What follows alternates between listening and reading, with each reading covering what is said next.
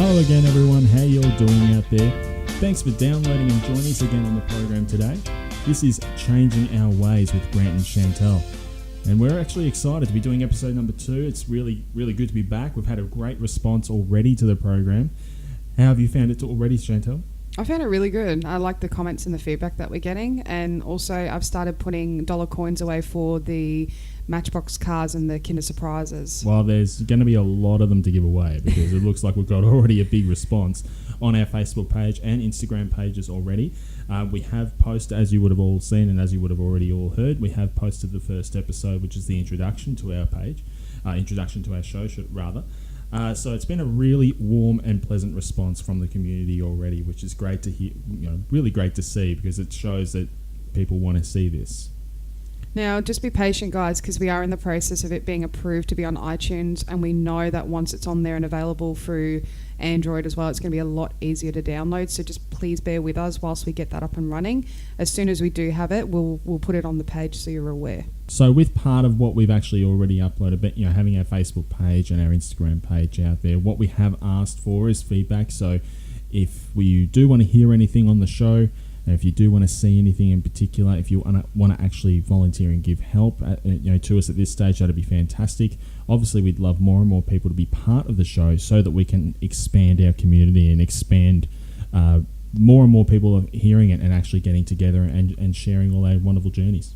Part of the show last week is we just obviously went through an introduction, introduced you guys to a little bit about us and about our story, and also gave you a bit of the structure about how we're going to go about with the actual running of the podcast itself and what we're going to be talking about and the different topics that are coming up. And one thing that is really prevalent in our minds specifically about the show, and really one of the reasons we got started, is to talk about our next topic, which is the stigma around surgery itself and the stereotypes that come with surgery. But yeah, mostly that's why this episode is called The Stigma of Surgery. Stigma. Stereotypes. My favourite subject. Your favourite? I love talking about this. Do you know why? Why? Because I love shutting people down. You are not educated. Don't talk to me like you know. Like, I'm not referring to people in the community. People that, I lost weight the healthy way. Okay, so did I. Oh, but you have weight loss surgery. Okay. You took the easy way out. Oh my God, don't get me started. I'm glad that we've got this to talk about today because I am ready to just woo. Well, are you flying off into the distance? I'm flying off. I've already got my cape on. You've already got your cape. I thought you were born with a cape. Oh, look at you. Stop. So tell us about how you what would you say to somebody who I suppose I hate kind of using the word uneducated, but in this instance, I do feel that people are uneducated when they give you a negative outlook on surgery. But if someone random in the street was to come up to you, found out that you had surgery to lose all the weight, and they actually gave you a negative response, what is your typical response to them, or your typical thought on them? Hello, who are you? You have no idea. You have no idea that, what shoes I'm in. You don't know how far I've walked. You don't know where I've come from. And this is what it frustrates me when people can say these negative remarks and comments. And it's like you said, I don't like using the word uneducated, but they really are. And I think the media plays a huge part in it by saying, this chick lost 70 pounds with gastric sleeve, with surgery. And it's like, why do you have to make that surgery word so big? You're almost making that person look successful for a millisecond, and then you put failure on them by putting that surgery, which that word has so much negativity attached to it. And that's what I want to stop. Yeah, and you brought up a really interesting point about the media. And look, I mean, we could probably talk on for weeks and years about how the media affects the world and affects people's mindsets, and we're not in that's not what this show is about, but it is very much people are driven by what they think that they know to be true. It's like there's people with beliefs, any kind of beliefs they've grown up with within their family, and it's a shame that people just think the only reason people are big to begin with, or the only reason people are obese or overweight is because they eat and that they're lazy. Like, that's the only reason. It's not necessarily just that, though. There's other things. It's a chronic disease. Obesity can be linked to so many things: depression, anxiety, PTSD. It could be to do with people have got Crohn's issues. It could be to do with people that have got bowel issues, digestive problems.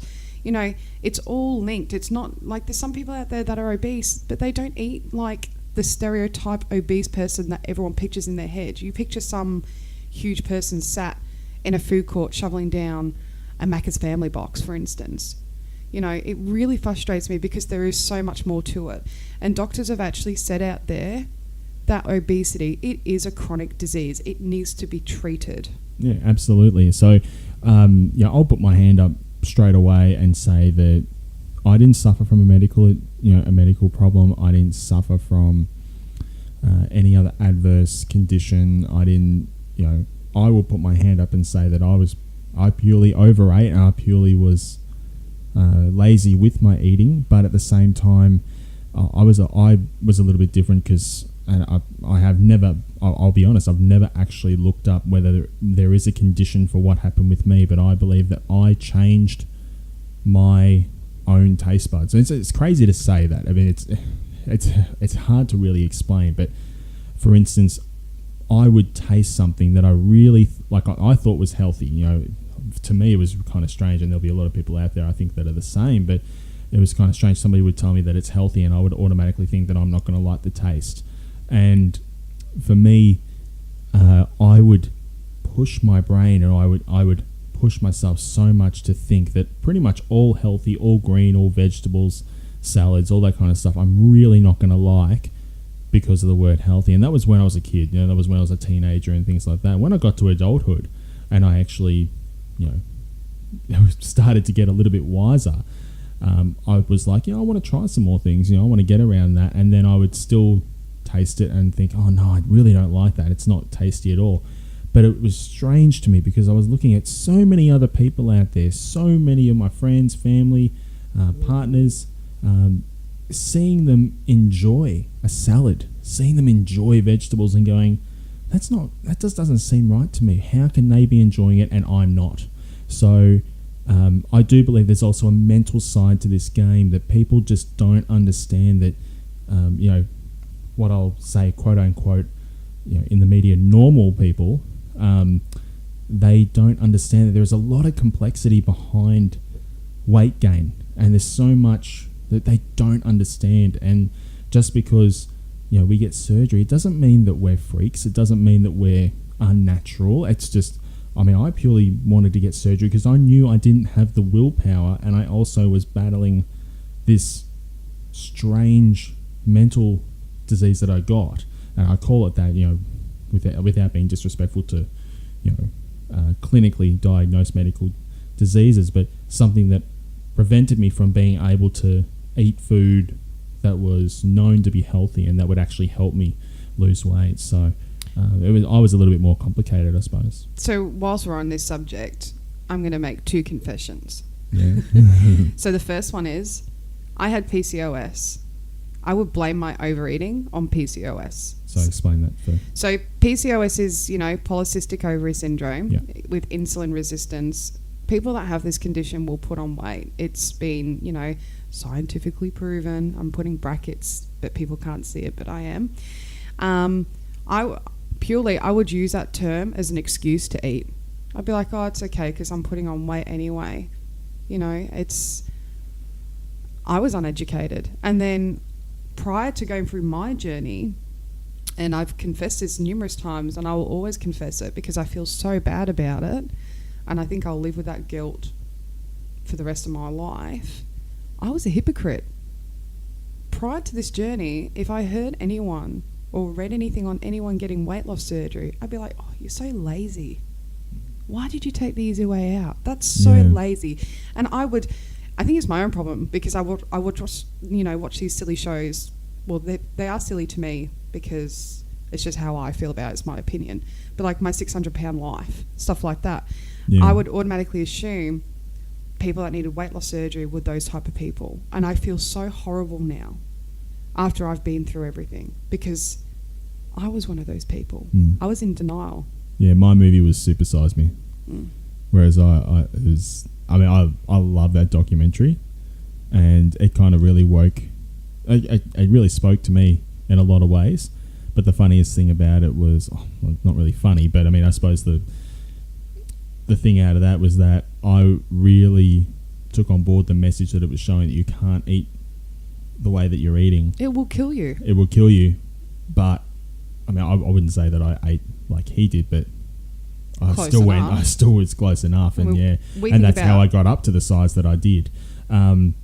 We think about our diet when before we even started on this journey, we were basically eating like that. We were eating takeaway 3 times a day. We were eating KFC. We were eating Macca's.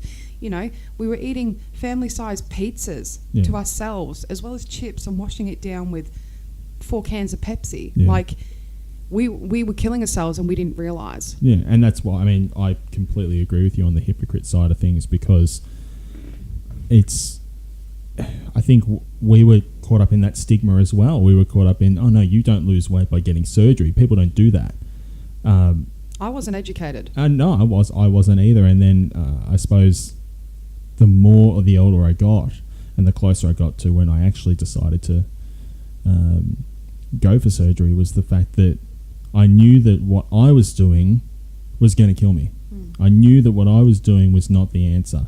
And I went on a diet and exercise routine, but as I said before, with the way that my brain was processing food and my taste buds was a real big challenge for me, and I simply did not have the willpower. So I mean, there's that thing as well. There is a lot of conditions that people deal with, but sometimes you just don't have the willpower. And there's people out there, like we see on The Biggest Loser and all that kind of stuff, people saying, saying you don't have any willpower is not good enough. Fair enough. I'll put my hand up and say it's probably not good enough. But what am I supposed to do? Just accept that I'm going to be big? Just accept that I'm going to die because I've got no willpower? Try get through it? Or actually take the step of taking it out of my hands, taking that knife and fork out of my hands and going, you know what, you're not allowed to eat as much as what you want to eat. And that was a big decision for me, because for me, I was such a massive eater at mealtime. Like, it's not that I ate a lot of meals. I would usually eat one big meal a day and not really snack all that much, just one big meal. And that's how I would justify, I'm not really eating that much. You really were, though. I was eating heaps. Like, I was so much food, and it was ridiculous. And it's hard to kind of explain, I suppose, but it's just the fact that I didn't want to just sit there and go, you know what? I don't have any willpower. This is my life. That's my life. Whatever happens, happens. I thought, you know what? Stuff it. I'm going to get this surgery. I'm going to take it out of my hands. I don't care if people think it's the easy way out, whatever, because I'd already been told when I started speaking about it, oh, are you sure you want to do that? Why don't you just try the old diet and exercise routine? It's like I've done Weight Watchers, I've done Jenny Craig, I've done shakes, I've done starvation, I've done Atkins diet, I've done the lemon detox diet, I've done the cabbage soup diet. Like, I've done every diet possible. And no disrespect to people who do diet and exercise. Absolutely no disrespect at all. Because for the majority of the planet, it works for people. Admiration right now for those that do keto, because they work really hard. Yeah, absolutely. And I wish I could do that. Yeah, for sure. And like, as I say, there's nothing wrong with people losing weight the old-fashioned way, because you know what? For the majority of the planet, it does work for people, and it does work for those people who are really dedicated to it, and I commend them 100%. What I don't commend is those people who can do it, or people who don't have to do it, and turn around and tell somebody else that they're taking the easy way out, or judging them for taking the route to try and save their own life. And that is not right, and that is what I hate about stigma and stereotypes, because it is not fair to look at someone and go, oh, you're fat. Why don't you just go lose some weight? Why don't you go get on a treadmill? How about you shut your mouth, because you don't know what's happened to that person. You don't know what's happened in their life. So stop, thinking that you have the right to judge people like that. No, and it's like if we're out and about, and like I used to be that person. I was too afraid to eat in front of people because people would be staring. You'd get kids staring and pointing, and you'd often get the kid that'd be like, oh, she's so fat. And it's just like, you want to crumble. Like, I've had a lot of depression in my life. I've had a lot of anxiety in my life. I've been through a lot of events in my life. A lot of that does contribute to my weight gain, but I'm going to take responsibility and say it wasn't just that. It was me overeating, using food as an antidepressant, using food the wrong way. I wasn't using food as a fuel. I was using it as a necessity to cure all my emotions. And that's my problem. Yeah, absolutely. And, there's no doubt about the fact that there are many different facets to weight gain. There's many different reasons why people gain weight. There's many different aspects to it. And I think people who have that thought of, surgery is the easy way out, they need to educate themselves, and they need to understand that there is more to what meets the eye. My advice is, like, if you've got a family member or a friend that's about to go through this, go with them so you can have a look at what we actually have to go through. Don't judge them. No, it's like support them. They're making a decision to change their life. There are so many secret sleevers and secret, people who keep their surgeries secret. Because they're afraid. They're afraid of people passing judgment on them. And look, I respect them fully. Like, absolutely. All respect to them. It's so sad that they feel they have to. Exactly. Our society is so judgmental. Yeah. I mean, look, that's the way of the world. That's the way of the human race. That, we're always going to get judged for one thing or another. People are always going to get judged because that is human nature. No doubt about it. And, there is a lot of more pressing issues in the world that have to be dealt with before this. But I suppose from our point of view, we want to see more people being accepting of what goes on in our lives and what goes on in our decision making for that. But while we're on the subject of stigma with this topic, I've noticed in our community there are people that are quite open about it. They do become hypocrites and stereotypes because they think secret sleevers are hiding it because they don't want to mention that they've had weight loss surgeries and I've done it all natural. And that's not the case. Like, I think if they could verbally tell everyone without any judgment, they would. It's not that they want to be like, oh, well, I work out 5 days a week and I eat a bowl of broccoli and chicken and I've lost all this weight. Do you know what I'm saying? Yeah. Have you, I suppose, is there a particular incident that might have happened with you that is on the judgmental path that you can remember that's always stuck in your mind? In my broccoli. In stuck your broccoli? In my broccoli. So there was an incident when I was pre-op before going in for my surgery. I was doing my 8 weeks of pre-op OptiSlim, death shake, whatever you want to call it. It was horrible. Death shake. It was amazing bowel cleaner. No offense to OptiSlim, which do great products, by the way. Let's just say my bowels got an amazing clean out while I was on it. Okay, that's a bit much. There was a lady at work who would constantly harass me nearly every single day, asking me, are you sure you want to do this? Do you think this is the right thing? Have you tried doing it this way? Have you tried doing it that way? I literally wanted to grab her by the shoulders and shake her and say, I have been on a diet since I was probably 13 years old. I have done Weight Watchers. I have done Jenny Craig. I have done Slimming World, which is a UK one. I've done the shakes. I've done so much. And don't even get me started on the Biggest Loser stuff because I don't have access to work in a gym 24 hours. You know what I mean? Well, look, just a very small thing about the Biggest Loser. That is really probably the most unhealthiest way you can lose weight that I can think of. Well, one of the most, at least. The psychologists are good. Psychologists are great, but it's purely for entertainment. So I don't endorse that at all. No, but anyway, what would you say the frame of this person was? They were tiny. Yeah, they were tiny, so thin, and she ate healthy all the time. But I was eating healthy. But it was someone who. Would you say it came easy to? Yes. Yeah. Yeah. Like it was someone who... I reckon it's someone who could eat a large Big Mac meal and still lose weight. Oh, those people frustrate me so much. The ones with fantastic metabolism. Look, good on you guys. And like every single one of those people I've met have never actually said to me that I've taken the easy way out or that I should, try and do it a different way or anything. They usually just go, look, sorry, that's just the way my body is. And I get frustrated because it's like, I hear them, people are like, to me, they have the perfect body. And it's like what I want. And it's like, oh, whatever I do, I can't put on weight. And I'm like, damn you. Why can't I have that? Why don't you take some of mine? Exactly. And meanwhile, I'm growing another extra tire roll at the back of my frame. Here, please take this from me. I will not charge you extra. Please take my spare tire. I won't charge you any extra for it, I promise. But even the people who, I mean, there's those types who, and I suppose they run the stigma for the entire world, really. The people who are judgmental and the ones who probably don't want to be educated or think that they are educated and they know best. Those are the kind of people who most of the time you're not going to be able to change.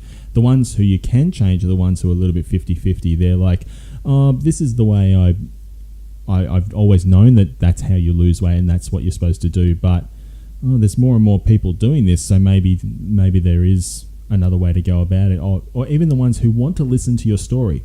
The ones who actually want to hear, your journey. Where have you come from? How did you get there? Could you have done anything else? Right. Okay. So you've actually had to do it because of this and this reason. Yeah. So, well, we both know when you go through the first stages, you all this has to be disclosed. Your surgeon needs to know everything. Your doctor wants to know, what have you done? My doctor knows me like the back of my hand. She knows exactly what I've been doing. The worst diet I ever went on was Duramine. That was, I developed OCD on that. I had insomnia.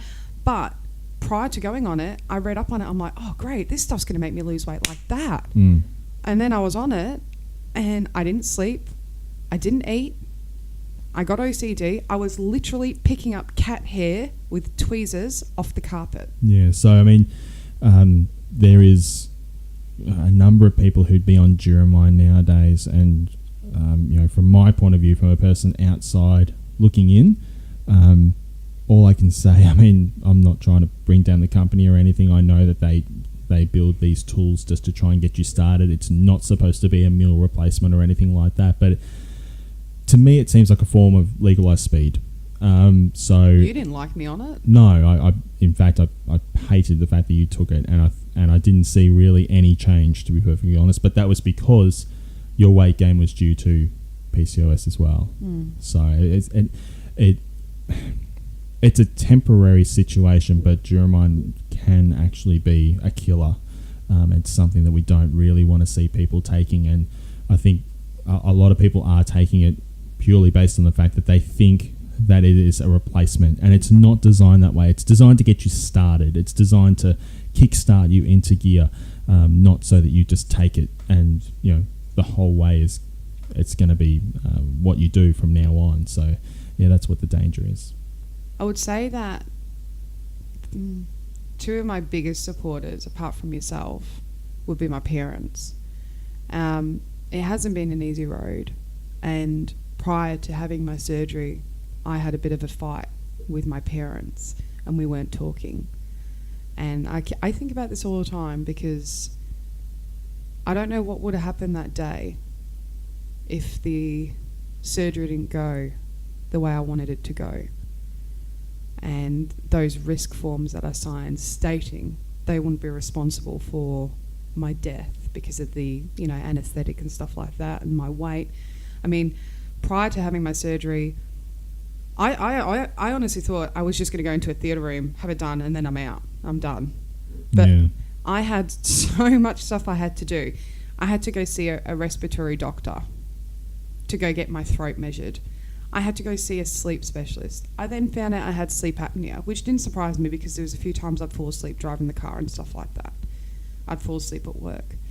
I had to go see various specialists. I had to wear a machine for bed. I was borderline diabetes. Like, I was 26. What am I doing? And people don't, and people don't understand what you actually have to go through. Like people just, and that's what I mean. We're talking about people saying, "Oh, you're just going to go have surgery." It's like we're not just going to go walk into the hospital and they're going to go, "Yep, No. you're done." There's a lot of different stages you have to go through. And, you know, speaking about your parents I know were extremely worried about your weight and where you're at. And, you know, I had numerous conversations with your dad and, you know, they wanted to see you healthy.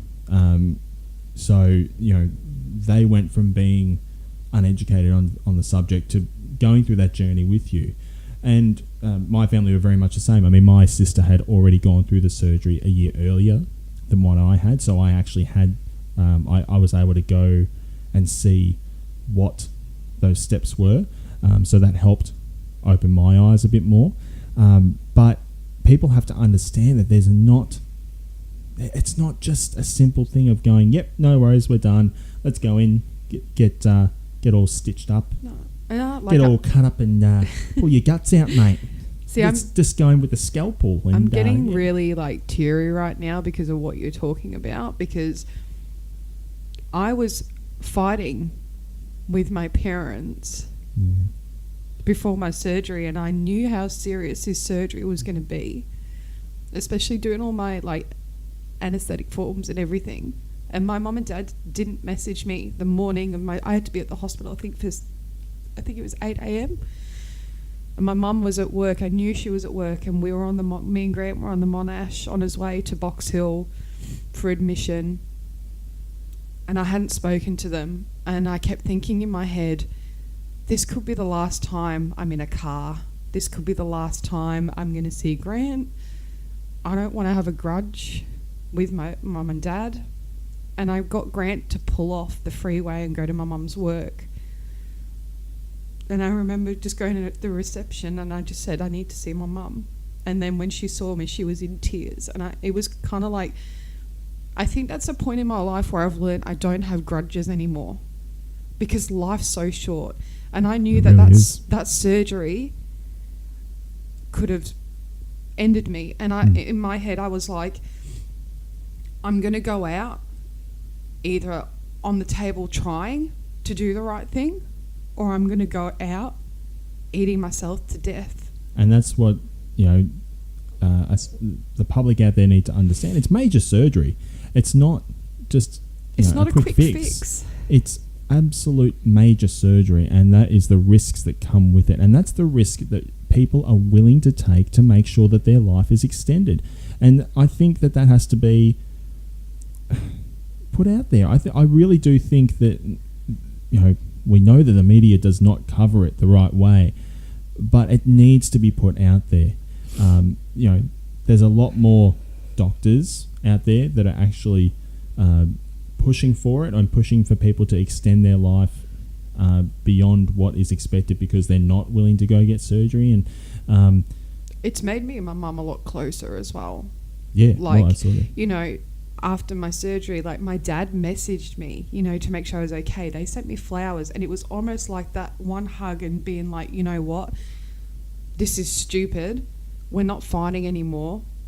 This could be my last day. I love you, and I will see you soon. Yeah. My mum's been one of my biggest supporters. Like, she's wanted to learn more about it. Like, even with cooking, she accommodates for me now and looks after me, and she knows what I can and can't have. But I've managed to educate her on that. Yes. And I've managed to teach her, you know, this is how I have to do things now. I just want to give a huge thanks to my parents and your family for helping me get through those, you know, first 3 or 4 weeks, because that was the hardest time of my life. Like, I had the post-baby blues, as I call it, and I was like, you know, what have I done? Like, I had a really rough time coming through recovery, as you know, because you were waiting to hear from me. I was in ICU. I couldn't breathe properly on my own. My oxygen kept dropping. I couldn't breathe unassisted. Had a really bad reaction to the anaesthetic. I don't want to go through that again. Whereas I was tick, tick, tick, tick, tick, tick. You were fine. But in all honesty, and really just to kind of summarise that is why it upsets me when people say the easy way out and really give us that stereotype of being lazy and not wanting to do hard work. And it's ridiculous because there is so much hard work that goes into it. You have to change your life. You have to change everything about what you do purely because you made the decision to go through surgery and restrict yourself. And, you know, no matter what surgery, whether it's lap band, sleeve or gastric bypass, each one of them has its challenges. And that's where it annoys me that people really give us that stigma. It's quite annoying. That's why we're so passionate on this subject. And I want to say to those that are on pre-op, if your doctor tells you to do 4 weeks of OptiSlim or OptiFast, whatever, the VCLD, do it. Yes, you're going to have a slip up. Everyone's human. But if he tells you to do 4 weeks, you do 4 weeks. If he tells you to do 6 weeks, you do 6 weeks. Just like me and I think Cass, I think we're the only ones, so that's Curvy Cass. We are the only ones that I know so far that we were told we had to do 8 weeks of it. We have to do it. They're the professionals. They tell us to do it. Just because someone else that you're comparing yourself to that's on the same journey has to do 1 week less than you doesn't justify who you are. Follow their directions and you will follow the right path. So one thing I want to leave you guys with from today is something we've come across just quite recently, and I'm almost a little bit ashamed to say that I've actually never looked up this person before. And it's Dr. Arya Sharma. He's part of the University of Alberta. He's actually the Professor of Medicine and the Chair of Obesity Research and Management for the University of Alberta. So he's Canadian. He's a doctor that specialises in obesity. And something that we've just come across recently, actually came across just before we put on this podcast, is notes about the stigma of bariatric surgery. And we're gonna put a link to it in our description on this episode. There's also a TED Talk as well, which Absolutely, we'll link, which is amazing. So I really, really encourage you guys to have a listen to his TED Talk and really have a look at all of his videos on Google. So just Google him, Dr. Arya Sharma, and we'll put, as I say, a link to his website and a link to what he says about obesity on the description of this episode. It's a really interesting read, and it talks a lot about what we would, or really identifies a lot with what we said today. It's a fantastic article, and the TED Talk is really interesting. It's actually really quite good to watch. It only goes for about 10 minutes long. I mean, I love TED Talks. I could watch TED Talks all day. There's so many different ones. Netflix has a lot of them. I think we've watched quite a lot of them on Netflix. I find them really educational, and they're fantastic. I don't want to sit there and read something because I'm one of those people that if I read something, I kind of time out. Like I'm like, I can't do this. But if I watch something and I'm actually engaged, then it makes me want more. Yeah, absolutely. Yeah, for sure. And this is one doctor that I really kind of wish I came across some time ago. So a lot of his notes are even from some are 6 or 7 years ago, but he is still current. He's still doing the same work today. So he's actually look him up on Facebook, look him up on Google, look at all the videos that he's in, and all the news things he's been a part of. He really does relate to a lot of what we're saying. So he's not necessarily a specialist in bariatric surgery, but he's more of a specialist in obesity in general, and he recognises it as a clinical disease. Well, a chronic disease. He doesn't say obesity is all about laziness. He really is quite against that. He says it needs to be treated as a chronic disease, which is fantastic because that is really what it should be seen as. It's not just something that people choose to do. And also, if you do have 10 minutes, do watch the TED Talk video because please, it's really good. He uses this elastic band as a perfect way to describe everything. Describe and how to lose weight and how you regain weight and really how easy it is to regain weight as well. We'll get on that on another day though. Yeah, no, we will. And maybe if we're lucky, we can even get him on the show one day, which would be fantastic. But even just one thing that I really picked up from a video I watched of his, he was part of a news report where he actually says, BMI is a measuring tool for the World Health Organization, but he sees, he puts that versus when your weight is actually affecting your life. And I've always felt like that as well. I believe the BMI is absolute crap. I think it really needs to be. I should be 55 kilos with my height, apparently. Well, see that's and that's a normal weight apparently, and it's almost insanity, like the way that the World Health Organization sees what normal weight should be for all humans just based on their height and weight. But humans which is are fine. evolving, like we're changing. They need to We're ever change evolving. it. I think it needs to be completely redone because, I mean, I'm at 100 kilos now and I'm apparently still morbidly obese. I'm still what am I?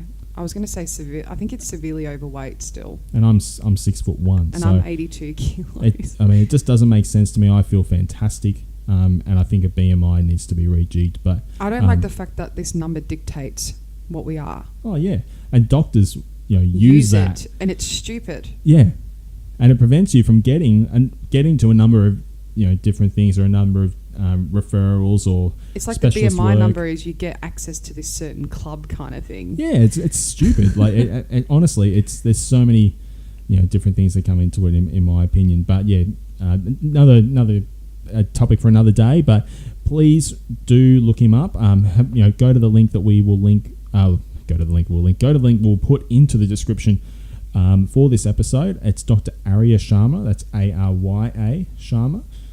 So yeah, I really do encourage you to look up his. And he's Canadian, website. and Canadians have amazing Canadian maple syrup and bacon. Canadians have amazing Canadian maple syrup. Why didn't you just say they have amazing maple syrup? I don't know. Oh, that was a bit weird, but no, honestly, yeah, definitely go look that up. But I think that's all we've got for today, guys. Thank you once again for downloading and listening. We really encourage you to leave feedback for us. Or questions. Questions. Anything that you want to hear, any topics that you'd like us to discuss. Also, if you have any anonymous questions that you want to ask, and maybe we can ask. Next one that we can do a question and answers. We can go. We've got a question from a. I'm not going to say fan. I'm going to say from our community. Yeah. How would you respond to this? Questions from the communities. We can do Q&As. Absolutely. Anything you want to hear. There's no limits to it. This is your podcast. It's for the community. It's not just it's not just ours. It's not the Grant and Chan show. No, absolutely not. So if you also, as I said before, if you do want to volunteer your time, or if you do want to provide any of your services or anything like that, if you want to get involved in any way, please let us know, and we'll see what we can do.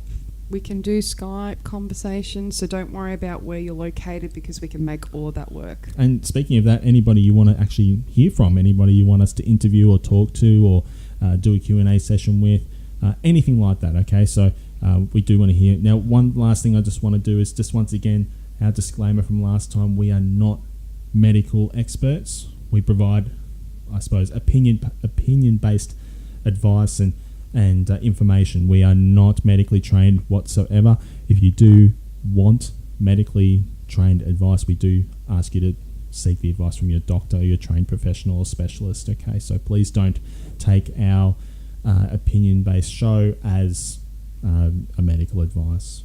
I'm a bacon expert. You're a bacon expert? Yeah. Okay. Well, maybe we can have a show about bacon next time. Or maybe we can invite Keto Mama then. Oh, yeah. Well, yeah, because she's the queen of bacon, so... Well, yeah, we can do that. All right, guys. Well, that's it for the show today. Once again, thanks for joining us. We will see you next time for episode 3, and that will be next week sometime. But until then, this is Changing Our Ways, signing off. Bye, guys.